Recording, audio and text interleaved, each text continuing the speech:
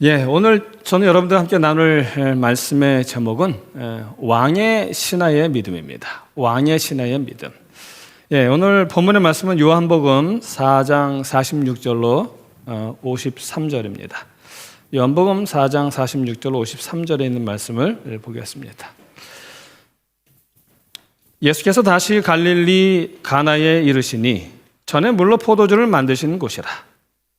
왕의 신하가 있어 그 아들이 가버나움에서 병들었더니 그가 예수께서 유대로부터 갈릴리에 오심을 듣고 가서 청하되 내려오셔서 내 아들의 병을 고쳐주소서 하니 저가 거의 죽게 되었습니다. 예수께서 가라사대 너희는 표적과 기사를 보지 아니하면 도무지 믿지 아니하리라. 신하가 가로되 주여 내 아이가 죽기 전에 내려오셔서 예수께서 가라사대 가라 내 아들이 살았다 하신대 그 사람이 예수의 하신 말씀을 믿고 가더니 내려가는 길에 그 종들이 오다가 만나서 아이가 살았다 하거늘 그 낳기 시작한 때를 물은즉 어저 제7시에 열기가 떨어졌나이다 하는지라. 아비가 예수께서 내 아들이 살았다 말씀하신 그 때인 줄 알고 자기와 온 집안이 다 믿으니라.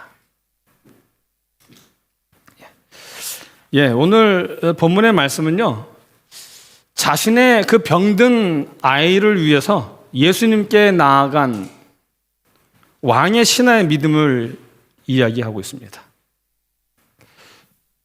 그는 예수님을 찾아가서 요청했고요. 그리고 예수님의 말씀을 믿었습니다.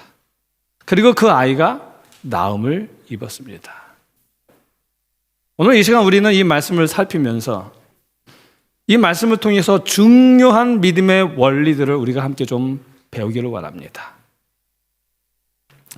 첫 번째로 이 사람에게 뭐가 예수님께 나아간 그 이유가 무엇입니까, 여러분? 요한복음 4장 47절에 보면은 유대로부터 갈릴리에 오심을 듣고 가서 청하되 내려오소서 내 아들의 병을 고쳐 주소서 하니 저가 거의 죽게 되었습니다. 여러분, 왕의 신하가 예수님에게 가게 된 계기가 무엇입니까? 문제입니다. 아들이 병들어 거의 죽게 되었기 때문이다. 죽게 된 문제가 이 왕의 신하로 하여금 예수님에게 가게 만든 것입니다. 우리가 여기서 배우는 것은 무엇인가 하면 믿음은 문제에서부터 출발한다는 사실입니다. 여러분, 만약 그 왕의 신하의 아들이 병들어 죽게 되지 않았더라면 이 사람이 예수님에게 갔을까요? 안 갔을까요? 안 갔겠죠. 안 갔습니다. 그는 재물도 많이 있고 또 권세도 가진 사람이에요. 이 세상에서 그 무엇 하나 부족한 것이 없는, 그렇죠? 누군가의 손을 벌려야 될 이유가 하나도 없는 그런 사람입니다.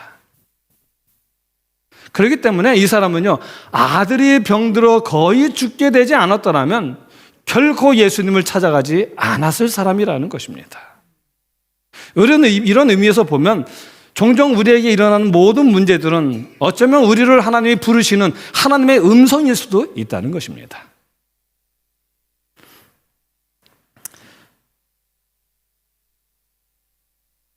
그런데 이 사람에게 아들이 병들어서 죽어가고 있었기 때문에, 아들이 거의 죽어가고 있었기 때문에 이 사람은 예수님이 가나에 오신다 라는 소문을 들었던 것입니다. 그 소문에 귀가 기울여졌고요. 평소 같으면 그냥 지나가는 말이에요. 여기서 듣고 나가는 말인데 그날따라 이 아들이 죽게 되었기 때문에 그 말이 마음속에 들린 거예요. 그래서 예수님께 그는 달려왔다는 것입니다. 여러분, 이 문제를 우리는 좀 늘 언제나 그렇게 예수님의 음성처럼 좀 생각을 해야 돼요. 이 연구하는 사람들은 이 문제에 대해서 어떤 시각을 가지고 있는가 하면요, 이렇게 얘기를 했습니다. 연구하면서 맞닥뜨린 새로운 문제는 성공의 조짐이다. 문제는 뭐예요? 성공의 조짐이다. 문제는 우리에게 하나님의 음성이다. 연구는 수많은 실패를 겪으면서 문제를 해결해 나가는 과정이다. 왜냐하면 실패를 많이 했다는 건 새로운 문제를 발견했다는 의미이기 때문이다. 그래서 성공이 가까웠다는 거예요. 그 다음에 또 에디슨이 이런 말을 했다래요. 자기에게 실패했을 때에 그 기분을 묻는 기자에게 이렇게 말했어요. 실패한 것이 아니라 전구에 불이 들어오지 않는 수천 가지 방법을 알아낸 것입니다. 문제를 발견했으니 실패가 아니라 연구가 발전했다는 뜻입니다. 그리고 그만큼 성공에 가까워졌다는 뜻입니다. 그 다음에 또 자기개발 클리닉 대표 이수경 씨가 이렇게 말했어요. 문제야말로 창의성을 키우는 가장 강력한 자극제이자 기회이다. 여기 말해요. 문제야말로 창의성을 키우는 가장 강력한 자극제이자 기회이다. 왜냐하면 문제가 있어야만 그것을 해결할 또 다른 방법을 생각해낼 수 있기 때문이다. 그래요. 이 목회자가 다른 여러분들보다 조금 더 복받은 게 있어요. 무슨 복을 받았냐면요. 목회자는 성경을 보는데 그냥 보는 게 아니라 반드시 뭐를 만들어내야 돼요? 설교를 만들어내야 되잖아요. 설교를 만들어내야 되니까 생각을 안 할 수가 없어요. 그 다음에 문제에 봉착하잖아요. 그러면 그 문제에 봉착하면 그걸 가지고 몇 날 며칠을 실험을 해야 돼요. 그 실험하는 속에서 막 고민하면서 그런 과정 속에서 마침내 하나님께서 그 문제의 의미가 무엇인지를 깨닫게 하시거든요.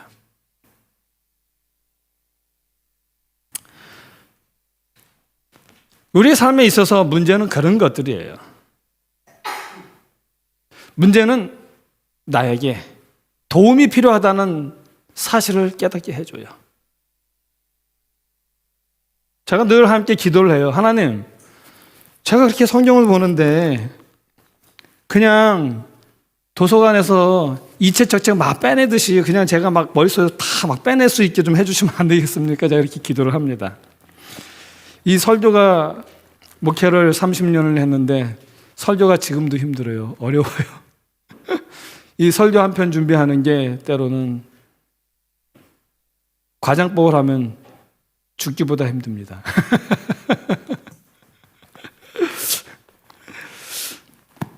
근데 준비를 하면서 문제에 봉착했을 때는 방법이 없어요. 그때는요, 하나님께 매달리는 방법밖에는 하나도 해결할 수 있는 방법이 없어요. 어떤 설교는 그렇게 몇 달을 고민한 설교이기도 하고요. 제가 한 설교 중에 어떤 설교는 몇 년을 고민했던 설교이기도 합니다. 또 때로는 하나님께서 정말 순조롭게 쉽게 하시는 경우도 있어요.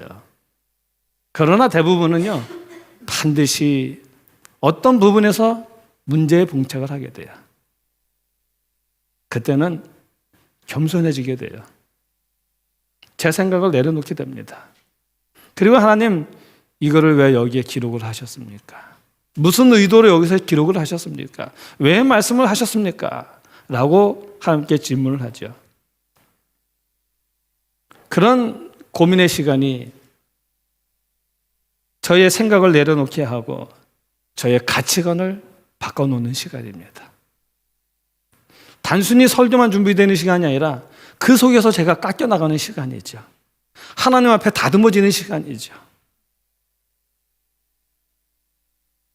그 시간은 그런 시간을 가져야만 내가 가지고 있는 모든 것, 내가 자랑할 수 있고 내가 자신이 있어 하는 모든 부분도 그 순간만큼은 내려놔야 되는 것입니다. 문제는 오늘 우리에게 그런 모든 것들을 내려놓게 하는 시간이 내려놓게 하고요. 나의 생각을 바꾸게 하고요. 나의 가치관도 내려놓고 새로운 가치관을 형성하게 만들어주는 하나님의 놀라운 축복의 시간입니다.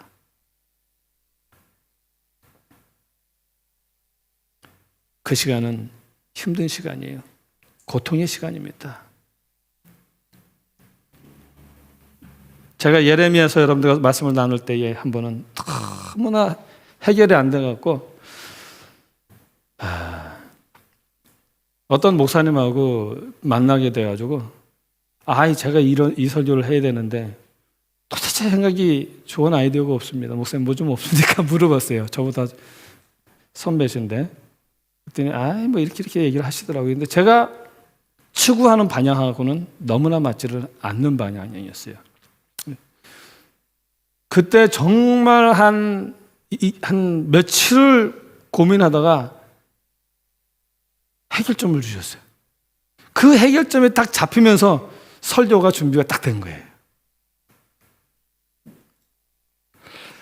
여러분, 저는 이 설교 준비하는 데 있어서 만나는 그 문제를 가지고 여러분들이 말씀드렸지만 여러분은 여러분들의 삶에서 만나는 문제들이 참으로 많이 있습니다. 오늘 이 말씀을 통해서 우리에게 주시는 교훈은 뭐냐면 그 문제로 인해서 괴로워하고 힘들어하지 말라는 거예요. 괴로워하고 힘들어하지만 기쁘게 받으라는 것입니다. 왜냐하면 그 시간은 하나님이 우리를 다듬으시는 시간이고요. 그리고 그 시간은 예수님 당신께서 우리를 부르시는 시간이라는 거예요. 예수님이 당신께 오라고 보내시는 신호라는 것입니다. 그러니 속속지 말라는 거예요. 내게 오라는 것입니다. 예수님을 찾아가라는 것입니다. 예수님을 찾아가서 예수님을 귀찮게 하라는 것입니다. 나에게 축복하지 아니하면 가게 할 수 없다는 그 야곱의 기도처럼 하나님과 씨름하라는 것입니다.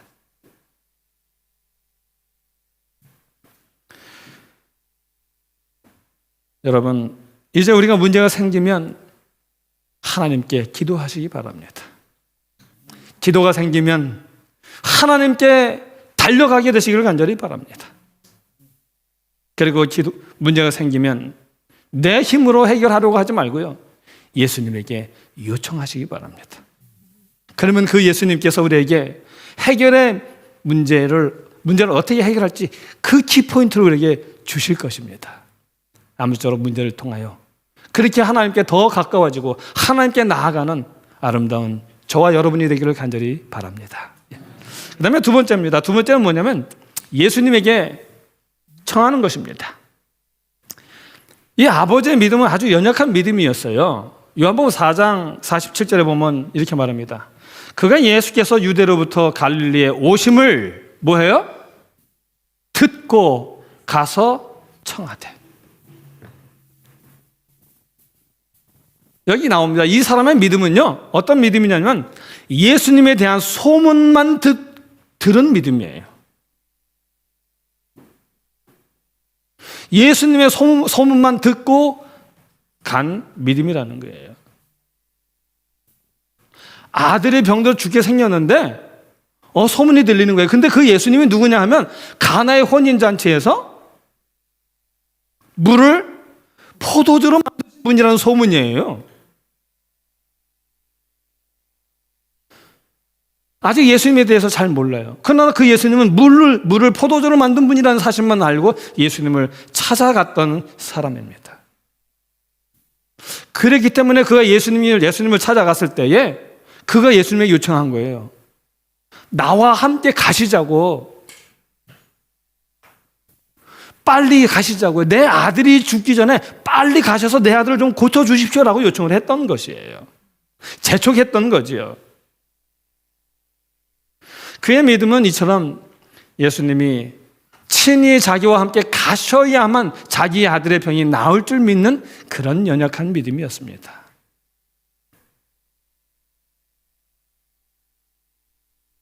그런데 여러분 아십니까? 겨자씨만한 믿음이 산을 옮기며 못할 것이 없는 믿음이라는 사실을 말입니다. 우리가 잘 아는 말씀이죠. 마태복음 17장 20절 한번 볼까요? 만일 너희 믿음이 겨자씨만한 믿음만 있으면 이 산을 명하여 여기서 저리로 옮기라 하여도 옮길 것이요 너희가 못할 것이 없으리라. 여러분, 이 말씀의 의미는 믿음이 있으면 우리가 산을 여기서 이리로 막 이렇게 옮긴다는 게 아니에요. 그렇죠? 이 말씀은 뭐냐면 우리의 믿음이 아무리 작은, 정말 시중에 가장 작은 겨자씨만한 믿음일지라도 산을 옮기시는 하나님을 믿는 산 믿음이면 된다는 겁니다. 여기 왕의 신하의 믿음은요, 정말 겨자씨만한 믿음이었어요. 물을 포도주로 만들었다는 사실밖에 모르는 겨자씨만한 믿음이었습니다. 그러나 그가 예수님을 만남으로 말미암아 예수님의 말씀을 믿게 되었고요. 그로 말미암아 산을 옮기는 이적보다도 더 큰 아들을 살리는 이적을 경험하게 된 것입니다. 오늘 우리의 문제는 우리의 믿음이 얼마나 크냐가 아닙니다. 내 믿음에 얼마나 생명력이 있느냐가 중요한 것입니다. 오늘 나의 그 믿음이 예수님을 찾아가는 믿음이냐는 거예요. 예수님께 요청하는 믿음이냐 하는 것입니다. 오늘 이 왕의 신하는 그 작은 믿음이지만 예수님을 찾아가고 예수님에게 요청함으로 말미암아 그 아들이 구원을 받았습니다. 오늘 저와 여러분이 믿음이 정말 예수님을 찾아가는 그 문제 앞에 즉시 예수님을 생각하고 즉시 고개를 들어 예수님을 바라볼 수 있는 그런 믿음이 되시길 간절히 바랍니다. 그 다음에 세 번째는 말씀이 믿어지는 믿음입니다. 여러분, 신하의 아들이 어떻게 나음을 입었습니까? 요한복음 4장 50절에 보면 이렇게 말합니다. 예수께서 가라사대 가라, 내 아들이 살았다 하신대. 뭐가 문제예요? 가라가 문제예요? 아들이 살았다가 문제예요? 가라가 문제예요. 가라, 내 아들이 살았다 하신데 그 사람이 예수의 하신 말씀을 뭐예요? 믿고 가더라. 우리는 여기서 말씀을 믿는 신하의 믿음을 보게 됩니다. 예수님에게 올 때는 소문을 믿고 왔어요. 그러나 지금 갈 때는 뭘 믿고 가요? 하나님의 말씀을 믿고 가요. 달라졌습니다. 예수님의 말씀을 그대로 믿었습니다. 내 아들이 살았다는 예수님의 말씀을 믿고 갔더니 어떻게 됐어요? 그 아들이 살아났습니다. 아들을 살린 것은요, 말씀을 믿는 믿음이었습니다. 말씀을 믿는 믿음이 그 아들을 살렸다는 거였습니다. 여러분, 사실 왕의 신하는요, 예수님에게 자기와 함께 가자고 했죠. 내 아들이 죽게 생겼습니다. 그러니 죽기 전에 빨리 가시죠 라고 했던 것입니다. 그런데 그는 지금 어떻게 합니까? 예수님에게 같이 가시자고 하는 게 아니라 그 말씀을 믿고 가요. 우리가 알잖아요. 그 믿고 가는데 그 다음날 집으로 가는 길에 아들이 살았다는 소식을 가지고 오는 종을 길에서 만난 거예요. 그리고 한 일이 뭐예요? 아들이 살아서 기쁘니까 야! 한 게 아니라 뭐였어요? 아들이 나온 줄은 아는데 자기가 믿었던 그 믿음을 다시 한번 확인하고 싶었던 거예요. 그래서 그 아들이 낳은 시간이 언제쯤이냐라고 물은 거예요. 그래서 딱 듣고 보니까 아하, 예수님이 말씀하셔서 내가 그 말씀을 믿고 나온 바로 그 시간이라는 사실을 그가 알게 된 것이죠.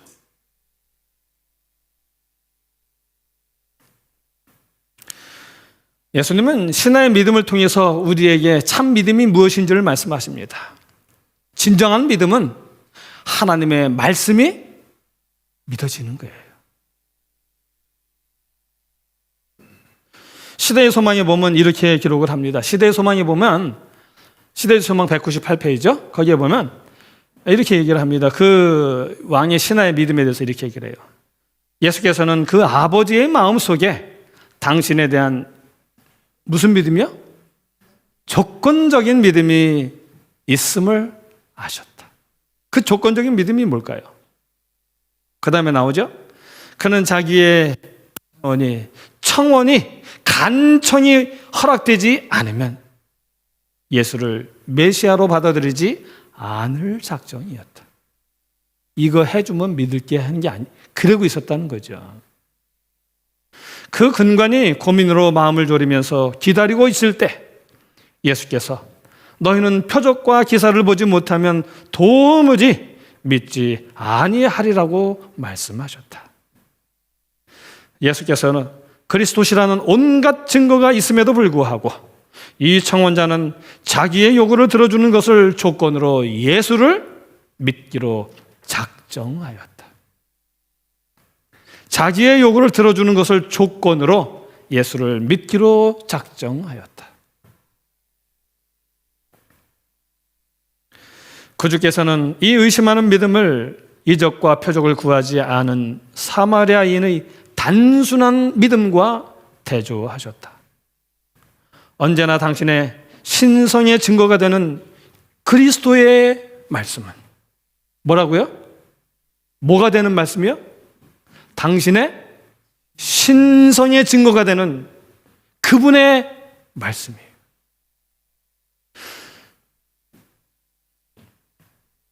당신의 신성의 증거가 되는 그분의 말씀은 그들의 신금을 울릴 확신시키는 무엇을 가지고 있다고요? 능력을 가지고 있었다. 만약에 하나님이 주신 이 말씀에 그런 능력이 없다면 지금도 예수님은 어떻게 하셨어야 돼요? 빌립이 예수님에게 그랬잖아요. 도마가 나 예수님의 옆구리에 손을 넣어보지 않으면, 손에 못자국을 만져보지 않으면 결코 믿지 않겠다고. 그럼 예수님은 지금도 계속해서 한 사람 한 사람에게 나타나셔서 당신의 손과 발의 못자국을 보여주셔야 하는 것입니다. 그러나 세상을 말씀으로 창조하신 그분께서 우리에게 말씀을 남겨놓으시고 하늘로 가셨습니다. 그러므로 그분이 주신 이 말씀은 세상을 창조하신 그 말씀이기 때문에 여전히 능력이 있다는 사실을 믿는 그 믿음이 오늘 우리에게 필요한 것입니다. 그래서 계속해서 보면 성경의 말씀이 위탁된 자기의 백성들이, 무슨 백성들이요? 하나님의 말씀을 위탁받은 하나님의 백성들, 말씀을 위탁받은 백성들이 아들을 통하여 그들에게 말씀하시는 하나님의 말씀을 듣지 못하고 있다는 사실이 그리스도의 마음을 아프게 하였다. 오늘 우리 예수님께서 가슴 아파하시는 것이 있습니다. 그게 뭐냐면 우리에게 맡겨주신, 우리에게 위탁하신 이 말씀을 듣지 못하는 것 때문에 하나님이 슬퍼하셔요. 이 말씀의 능력을 깨닫지 못하는 우리 때문에 우리 예수님께서 가슴 아파하시는 것입니다. 손에는 들고 있는데 그 능력은 알지 못하는 거예요. 경건의 모양은 있는데 능력은 없는 거예요. 똑같은 말씀입니다.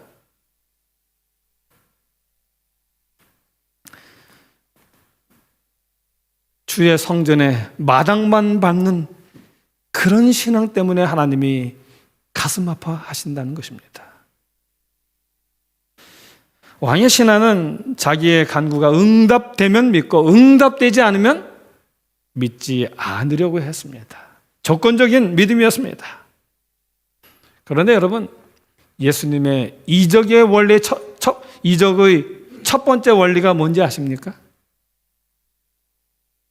믿음이에요. 믿음입니다. 예수님은 이적을 일으키기 전에 언제나 내가 낫고자 하느냐, 나을 줄 믿느냐, 내 믿음이 너를 구원하였느냐라, 내 아들이 나을 줄 믿느냐. 늘 우리 예수님은 이렇게 물으셨습니다. 여러분, 소경이 보게 된 것은 예수님이 소경의 눈에 지득을 바르시고 실로암 못에 가서 씻으라라고 말씀하셨어요. 그래서 그 소경이 그 말씀을 믿고 가서 씻었더니 어떻게 됐어요? 보게 됐어요. 믿음이 먼저예요? 보게 된 게 먼저예요? 믿음이 먼저예요. 그 말씀을 믿고 가서 씻었더니 보게 되었다라고 이야기합니다. 여러분, 38년 된 병자는요, 어때요? 예수님께서 내가 나았으니 내 자리를 들고 일어나 걸어가라라고 말씀하셨어요.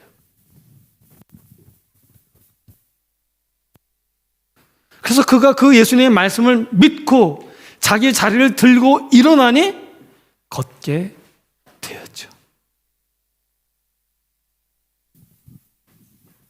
왕의 신에게도 예수님은 내 아들이 살았다라는 말씀만 하셨습니다. 그런데 소문만 듣고 왔던 그 왕의 신하가 이제는 예수님의 말씀을 믿고 가는 믿음을 가지게 되었습니다. 믿고 갔더니 그 아들이 살았어요.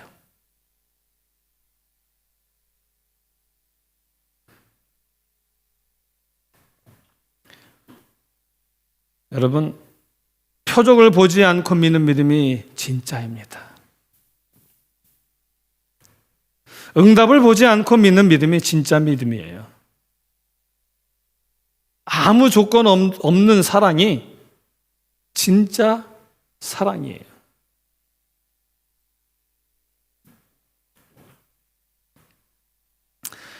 여러분, 믿음의 씨는 말씀입니다. 말씀이 믿음의 씨예요. 그리고 소문은 믿음의 동기를 일으키는 하나의 요소일 뿐입니다. 그러므로 믿음은 믿음의 씨인 말씀을 받아들여야 생기는 것입니다. 모든 문제 해결은 예수님의 말씀을 믿고 순종하는 데에 달려있는 것입니다. 그러므로 참 믿음은 말씀을 믿는 믿음입니다. 그리고 왕의 신의 이야기를 통해서 우리에게 하시는 말씀은 말씀을 믿는 믿음을 가지라는 것입니다.